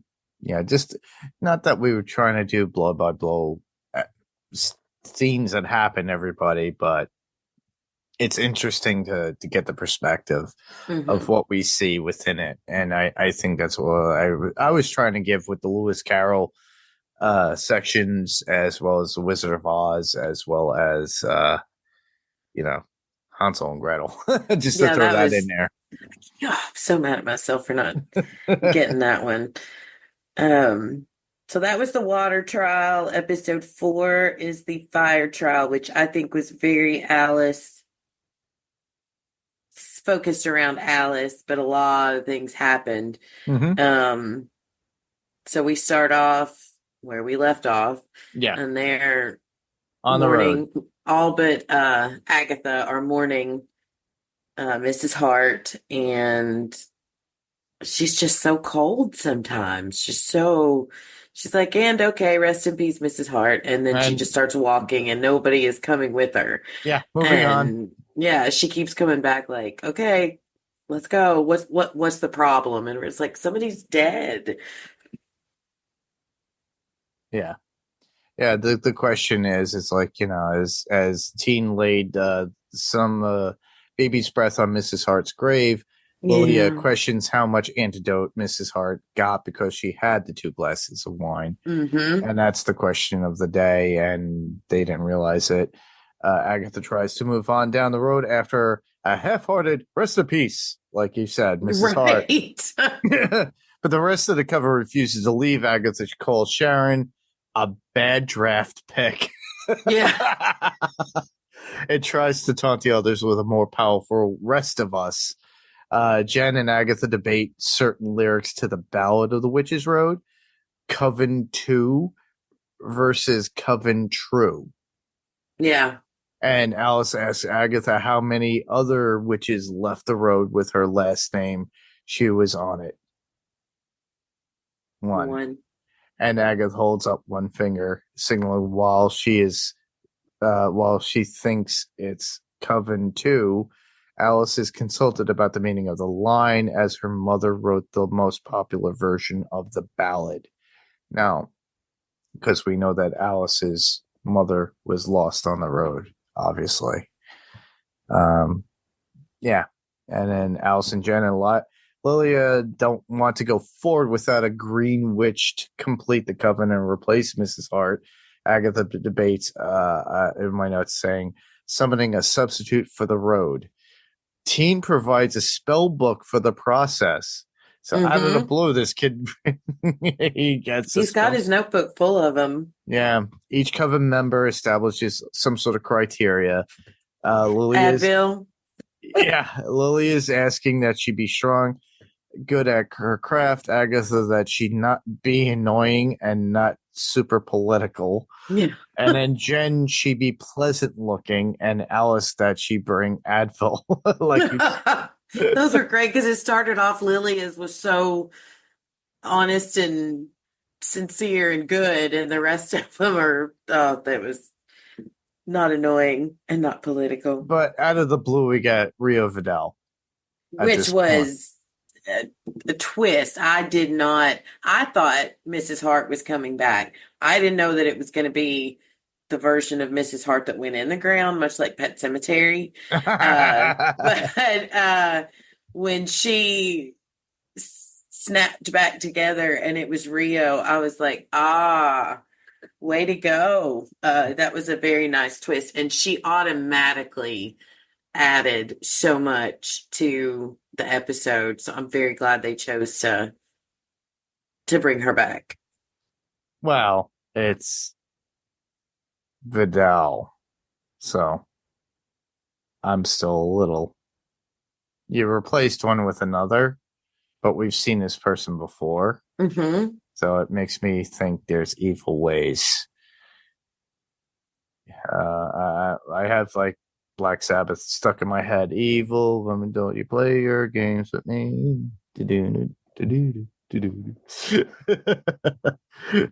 Or Dio, evil one. Go away. Oh yeah, is that the Anyway, I know. I'm not going to sing. No, no Nobody singing for wants me that. either. But the thing is that you're replacing one for the other. And her coming back as this, it's like, hold on, she's very familiar to us. We already know her. Mm-hmm. But wait a minute. Is she really the replacement? What's going on here? There's something twisted going on. It leaves a bad taste in my mouth. Everybody. Yeah. So they all head to the house, and I thought it was you could tell it was going to be Alice's trial because the look on her face as soon as she saw that house. Yes. She was like, I don't want to go. And then it's as if she knew it before and didn't want to go there. Yes. It's like a reflection of her past or a memory that they have to. And it's like one of those things like where you're in a movie and you have to relive all your darkest history or fears. And it seems like that's what the Witch's Road is looking to do, is to bring up old past to see make how you you face your handle demons. Yeah, exactly. And it's just like, ooh, here we go. Who's going to suffer at this point? Who's going to have to play the drums? Yeah. Until they explode like a Spinal Tap drummer. Sorry, bad joke. No, that was good. I love when they enter the house. It's only happened in 2 episodes, but it's become one of my favorite things to see is what they're going to be dressed like. And Catherine Hahn and Aubrey Plaza were smoking hot. In their so outfits. Much cleavage. Oh my gosh. They looked, but it was like, I don't know, it was classy hot. But it gave me that whole vibe gave me a lot of Daisy Jones in the Six. Yeah, definitely. It was definitely the 70s vibe, and you got that, especially with the glasses. Her glasses, yeah. And what was it? Alice, knew what it was. So it was that whole 70s vibe. But this is what I liked about the episode. It's literally like they're in a recording studio in the 70s. I've worked with a lot of that equipment, everybody. They drug Was it accurate? Semi-accurate. That's, I would say, yeah. A lot of it, I'm like, oh my God, I remember working on a console like that. Oh. That's really cool. But, yeah, it's interesting. But, what did I get out of this? Okay, this is a quote. It's like, we are an album cover waiting to happen. That's what Teen says. And he's not far off, pretty much. It's the 6 of them that look like a witchy Daisy Jones in 6 or, Daisy Jones in the 6. Like, you were thinking of, or Fleetwood Mac. That's good. That's a good one. And I love how Teen then searches for a hint as to what awaits them in the next trial, like the card that was on the mantle of the beach house in episode 3 that they actually got. So at least they were listed. It's like a clue, or like I said before, everybody, an escape room. That's what they should have called this, Agatha and the Escape Room. Pretty much. But it was cool that the music started playing and that it played backwards, which is a very, 70s thing or 70s 80s satanic. Thing. Yeah, it's like they're more 80s, I guess. It was more like Judas Priest and how they used to do with Judas Priest and Ozzy Osbourne records and play them backwards. Look for satanic messages. Mind you, they would Hotel California. The Hotel California too, but mind you, that's all just about heroin. Literally, that's how it's discussed in college. Oh, I did take that course. That's interesting. You never knew that? No. Oh, wow. I had to do one in community college. I went to St. John's University. I went there for 2 years. I went to trade school. And then before I left Staten Island to come up to Dutchess County, New York, I went for 1.5 years to almost 2 years of community college in Staten Island. And we had a whole class and we talked about like for like half a semester about the Hotel California and how it was all about heroin. It That was makes so all much about sense. drug addiction. And that's literally what the whole thing was. We also did something too, which was Dark Side of Oz.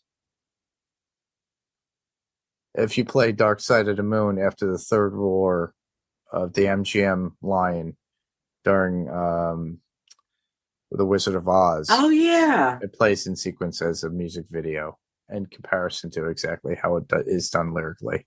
Yeah, I remember. I never tested that, but I do remember hearing about that. You could easily find it on YouTube and just watch it live. Yeah, that's probably what I would do. I'm not gonna. Yeah, and you don't have to trip out everybody, by the way. Yeah, it's fine.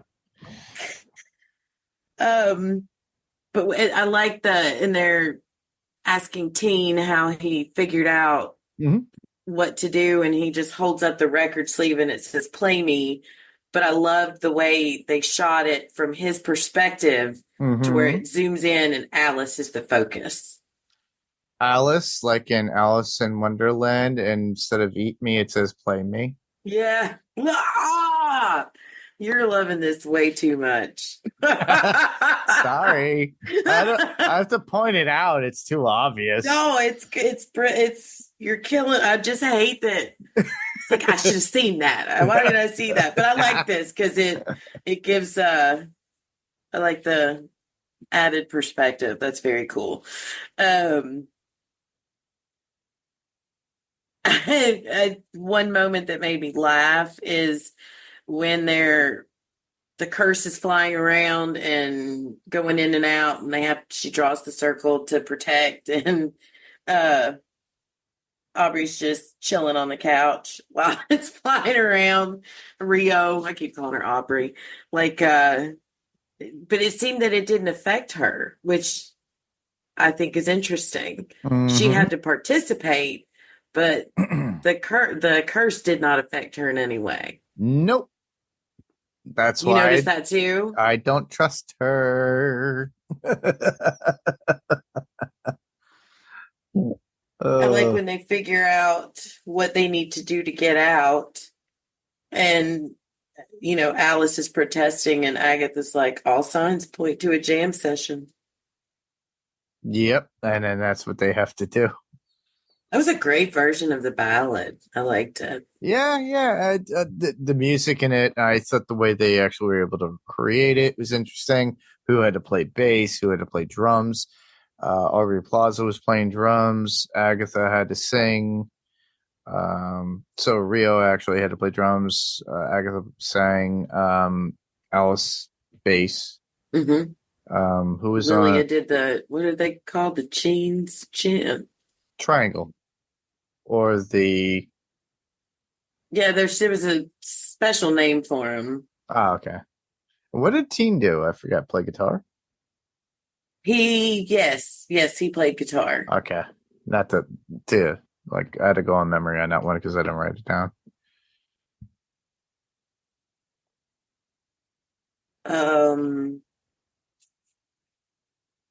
I thought it was very sneaky of Agatha to get Rio in the sound booth and coax her into talking about what she really wants to do with these witches, and pushes the button so that they hear that Rio's. Yeah. They want. She wants Rio to be the focus as the bad guy now, not herself. And then she tries to make herself look good by saying, "I'm not that kind of witch anymore." It was very sneaky. It was. But I do.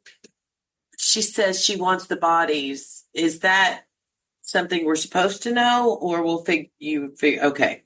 I think that's something we will find out. Okay. I think for every witch that is consumed, whether it be Sharon or anybody else that succumbs on the witch's road, adds up to a favor of some reason, and something that I already have in my head. Because how many episodes do we have left after this? We're on episode 4. Are there 6 or 8? I don't know. That's a good question because I have I'm gonna not look looked. that up. Like Let's look that up. Let's have fun. How many episodes there, Mr. Google, of Agatha All the Way? This is a good question.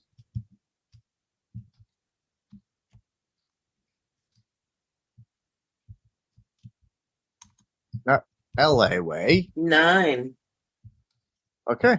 So we got another 5 more episodes. 9 episodes. Because So that's Teen, Agatha, Jen had hers, Rio. Mhm.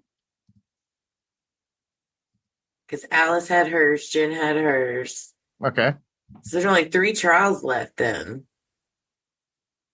And how many Oh, witches do we have? Lilia. So that's How many 4. witches do we have left other than Agatha, Teen, and Rio? Lilia, Alice, and Jen. 3 more. Hmm. 3 to Well, go. you got to count Agatha. She's got to be the main trial.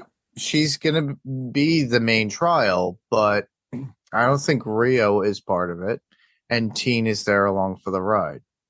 The other 3 are. I hate saying it. It's almost like oh my god, what's the name of that stupid Netflix show? The Korean one, which everybody loves, Squid Game. Squid Game. How they all narrow down. They just go away. Collateral damage. Yep. It becomes collateral damage until the one that's finally standing, kind of like Survivor, so to speak. But yeah, I think that's where it's going. But yeah. I like the visuals of the demon. I thought the demon looked a little cheesy, but the curse, but I liked the visual when Alice really got into the song and the demon caught on fire. It almost looked like angel wings behind her. I thought that was a cool visual. I loved once they got out and the way Agatha was so concerned about Teen. You could tell she really cares about him. And then the way she watched over him until he woke up. But then as soon as he woke up, she was back to her sarcastic self. Yeah. So I think I love the scene of them around the fire talking about old scars, and speaking of third nipples, where Rio's talking about how she's covered in them. And they mention the scars, and Rio talks about, I think she's referring to Agatha being her scar, and it makes me wonder what she had to do that she didn't want to do. And when she goes over to Agatha and they have that moment, and she tells Agatha, that boy isn't yours. I don't believe her. I think she said that because it was getting too intense and she has to keep Agatha at arm's length, because you're right. She's up to something. Mm-hmm. I think she did that to push her away. I don't think that solidifies that Teen is not her son. Yeah. I agree. That's why I keep still thinking Wiccan. Yeah. That's all I have on that episode. That same here. It leaves us on that little bit of a cliffhanger for our next one. The only thing I have as far as quotes as we get into, because I don't have any additional points, I have one for episode 1, and that's Agent Vidal saying, "If you want to be in control, you can be." So this alludes to what she finds out later and why she incorporates herself into the show. That's good. And then episode 2, witchcraft, emphasis on witchcraft. And that was from Joe Locke. I like that. And I already gave mine for episode 3 from Teen and stuff like that. What was it? Yeah, that was it. Say it again. Oh, from Teen? Oh, I have to go back. It's in my regular notes. I'm sorry. Separated it. But you guys got it. My short-term memory, I'll have to go back and listen because I've already forgotten. Yeah, same here. Is that it? Yeah, that's it for me for about quotes and everything else. I have one note. It's just that I hope we get backstories for each member of the coven, like with this episode with Alice. It's a reveal that her mom was on the road performing and touring because she was using that ballad kept Alice safe. I love that. So I hope we get more tidbits of each one of them as we go along. I have a few quotes. Nobody be surprised. When Agatha is venting about Wanda, she took my power and left me with household appliances. And then when Agatha finds Teen in the closet, she's like, so that arrest was maybe more of a kidnapping? Yeah. Agatha to Teen when she's gets in her fake car. Oh my gosh, I can't believe we didn't talk about that. That was hilarious. The house is yours, random boy. Tell the vengeance seekers I say hi. When Jen meets Agatha again, I haven't seen you since I really made a pointed effort not to. I'm going to use that. When Lilia tells Teen about the charge on his card, your bank statement will say Lilia's leggings, but that's just my side hustle. And when Mrs. Hart, two Mrs. Hart ones, when she gets stuck off the road and it's trying to take her purse and she says, this came from Talbot's, you can't have it. To all my ladies listening, Talbot's is it's a fancier, kind of like J.C. Penney, and they sell clothing that caters to like people in their late 50s, early 60s. So it's right up Mrs. Hart's alley. And that was cute. And then when Mrs. Hart's talking about her getting old, and she says, I would drink the blood of a virgin if it would smooth out these wrinkles. And that's it. All right. I guess we can move into some Easter eggs. Yes, I'm excited for these. I already mentioned about Vidal, right? We talked about Vidal, Rio, right? So Rio, I feel, is a liaison to what we know as the character Mephisto in comics. Now, we were promised this through Kevin Feige a long time ago that we will see Mephisto. Now, they weren't going to do this in cinematic form. They're doing it now in the show because the show could be not played in other countries that are against what would be deemed as satanic or devil or anything like that. Mephisto was considered to be the the devil of Marvel Comics because they weren't allowed to use Satan because of the Comics Code authority that came out in the late 50s, early 60s because it was corrupting children to do evil deeds like smoke marijuana and do all this weird stuff. Yeah, sure, whatever. Or be like against their parents or their teachers or whatnot. Anyhow, so I think that Mephisto is manipulating Agatha in some way with Rio Vidal. Interesting. And this. And we already know that Sasha Baron Cohen is going to be Mephisto. If you remember who Sacha Baron Cohen is. Oh, yeah. So he's going to be playing Mephisto. And we were told that he would show up within Agatha All Along. So I think this Rio Vidal is the impetus of the evil counterpart of Mephisto. He could be Mephisto himself so expect a Scooby-Doo mask reveal at the end with Sacha Baron Cohen, or him coming in and she's his sidekick. So we have that.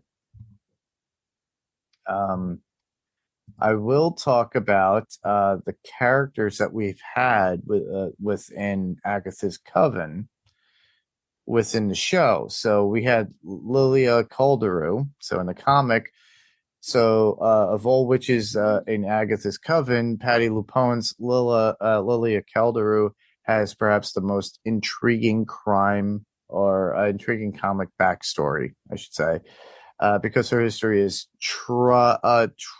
pretty much tied directly to the child of none other than Wanda Maximoff, the future Scarlet Witch. So in the comics. So created by Steve Englehart, Michael Friedrich, and Frank Brunner, Lilia first appeared in 1973's Marvel premiere number 12. So these are real characters within the comics that they're utilizing within the show.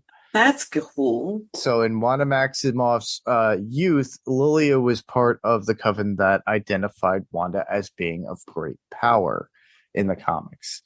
Lilia has an ongoing rivalry with Baron Mordo, the arch enemy of Doctor Strange. We all know that, everybody, right? Yeah, sure. who once seduced her in an attempt to steal her family's magical tome, the Book of Caligostro, which I have never read, everybody. So, though she managed to fend off one of them to help her coven. So basically, she was a part of the coven at one point. Jennifer Kale. So Sashir Zamata's Jennifer Kale is the most storied of the members of Agatha's coven within the show, having adventured alongside numerous heroes in the Marvel universe, including Doctor Strange, other versions of powers, especially from Mephisto, Ghost Rider, everybody. Wow, can't wait for Ghost Rider to come out. X-Force, which is very odd because that's more X-Men based, and especially the mysterious and my favorite, Man-Thing, which was a super soldier serum gone wrong, which was their version of Swamp Thing. She was first introduced in 1972's Fear number 11 by Steve Gerber and Rich Buckler. Kale began her sorceress training as a teenager using magical implements possessed by her father, the head of a demonic cult. When she accidentally summoned a demon, she was saved by, of all people, Man-Thing, going on to become a magical adventurer in her own right. Jennifer Kale also has a comic book relationship with Wanda Maximoff, with Kale's most recent comic appearance coming in 2023's Scarlet Witch number 9. So they're still printing out Scarlet Witch comics, everybody. So in which they teamed up with Kale's old ally, Man-Thing, to repel a demonic invasion. So, these are still going on in comics, and the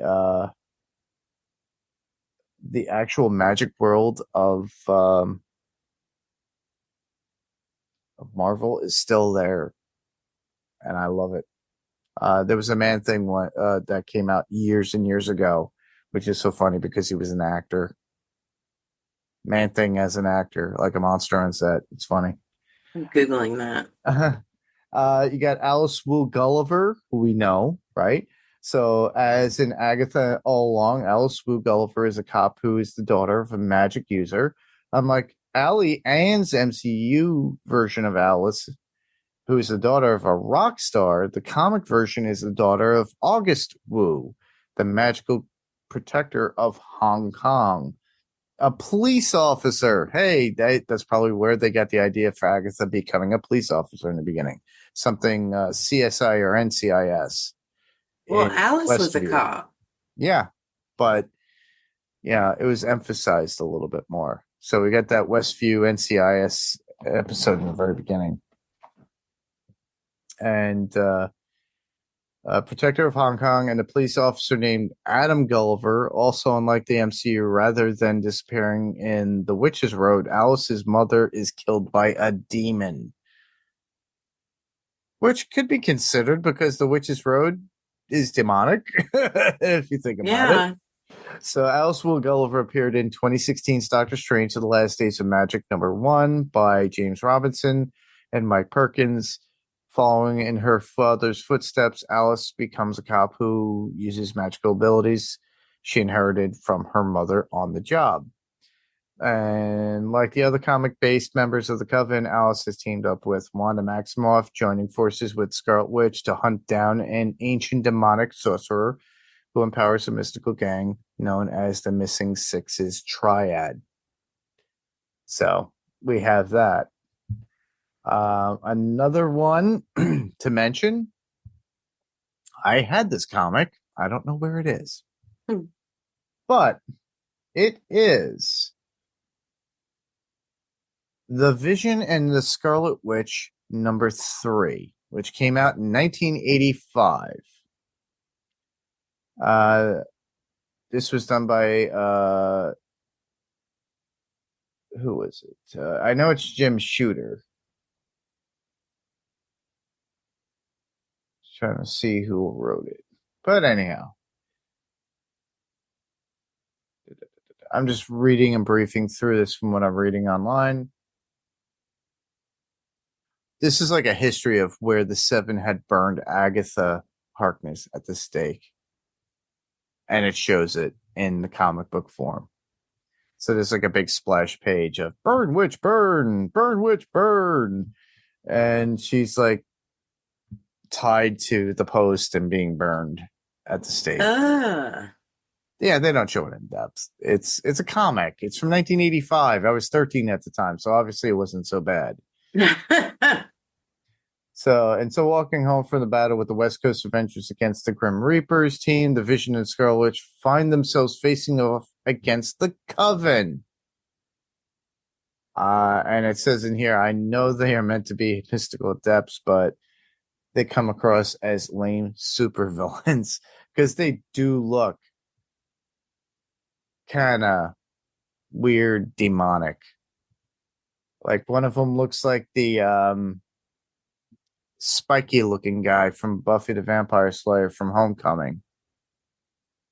If you remember that episode.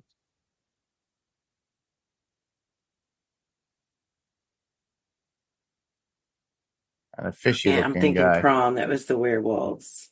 No, I'm thinking Homecoming when Cordy and Buffy. Oh, that they're being hunted. Like Slayer Fest. Yep. Yeah, Cabin in the yeah, Woods. Yeah. And you got the spiky looking dudes. Mm-hmm. One of them looks like a spiky looking dude.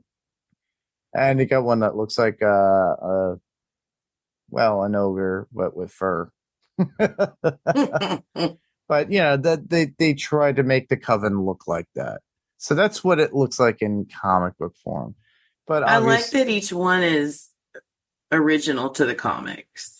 Yeah, it's very different, and I like the way that it actually did that. So that's what you get within that. It says from information I've gotten on Agatha All Along, 4 Easter eggs.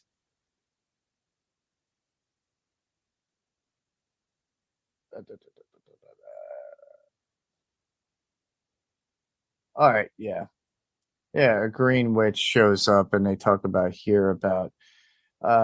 how Rhea Vidal shows up, and which brings them the mind to mind Julie Garland's Dorothy and the Wizard of Oz. Like you actually have a witch come before you. And then I'm just reading a bunch of stuff that I found that I referenced. So, yeah, I already know about the Play Me thing. Satanic Panic. When Teen first plays the record, it accidentally plays backwards, which causes booming demonic sounds to reverberate around the room. Curses them. A viewer later took to Twitter to share a reversed version of the scene, which highlights just how much Marvel creatives polish their titles. Oh, it's on here.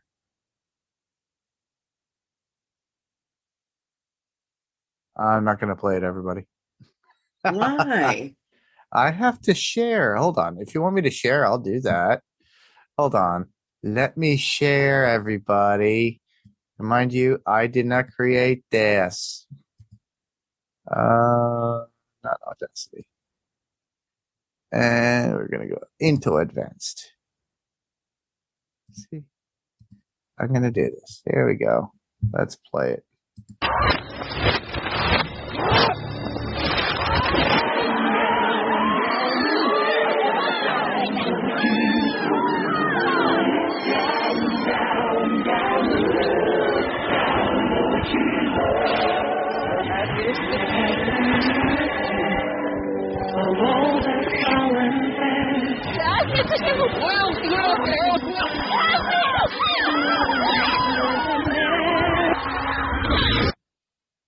That's wild. Right? That's wild. So, yeah. Thank you for playing that. Well, I was like, okay, I guess I'm playing it. But yeah, that's all I had for Easter eggs and things of that nature. I thought, give you guys a little bit of heads up for what's going on. That's very good. I needed that. Thank you.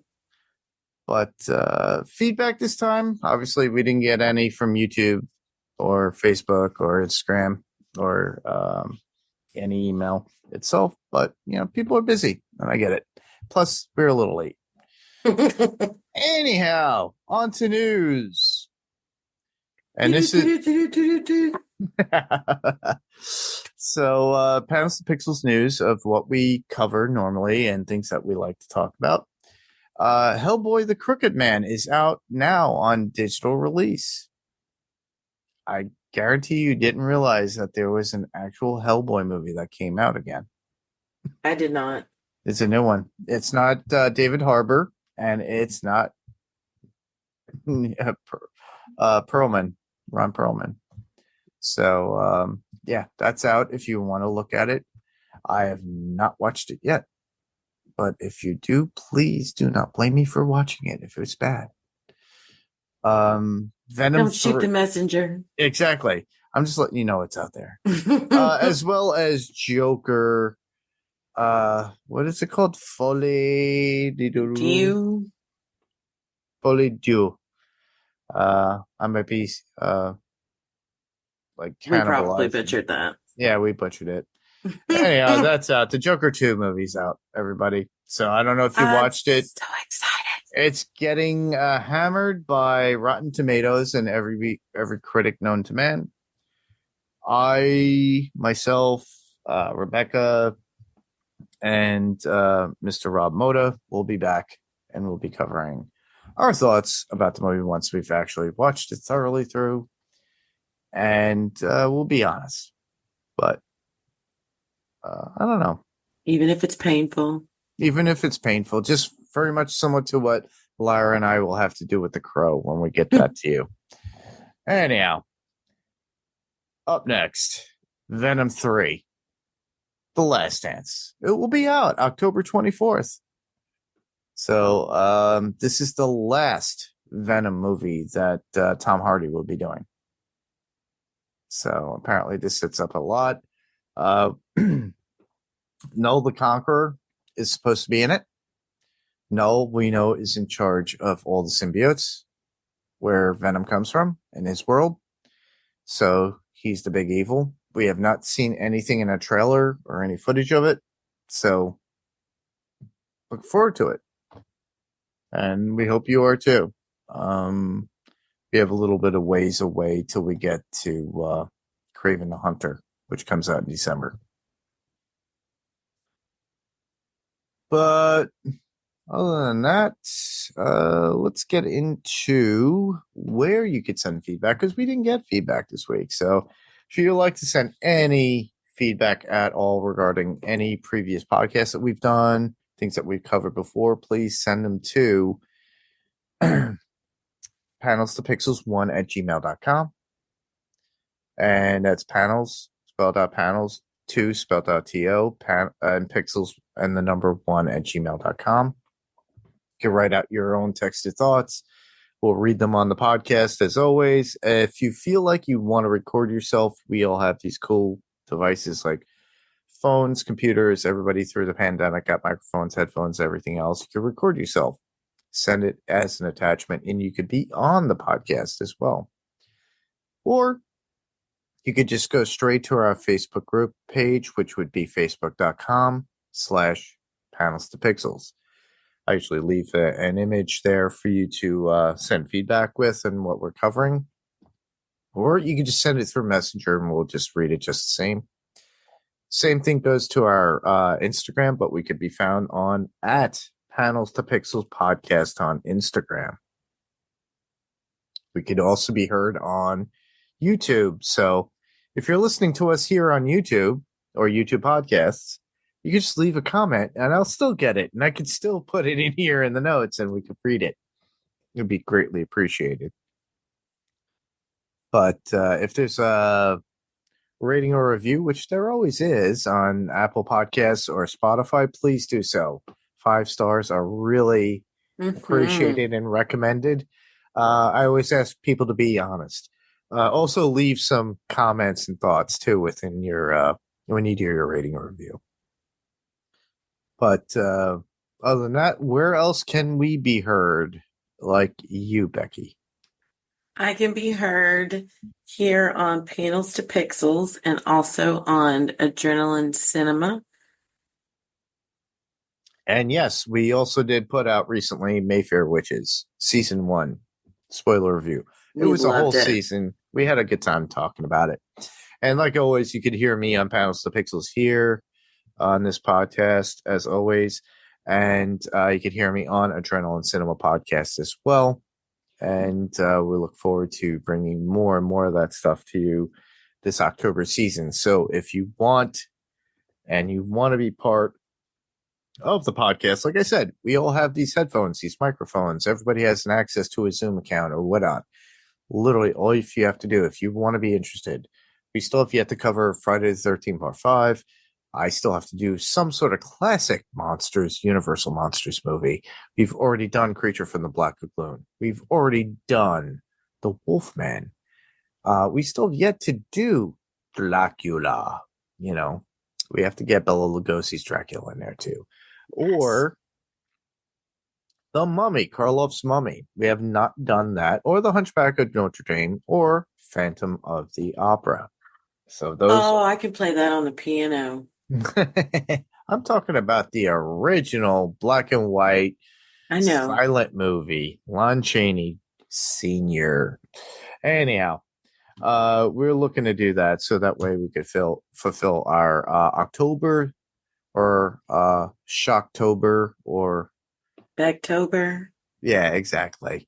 So to have fun with that, with the spookiness that I do love and enjoy, unless you come up with your own original idea and want to say, hey, Mark, you've never covered this.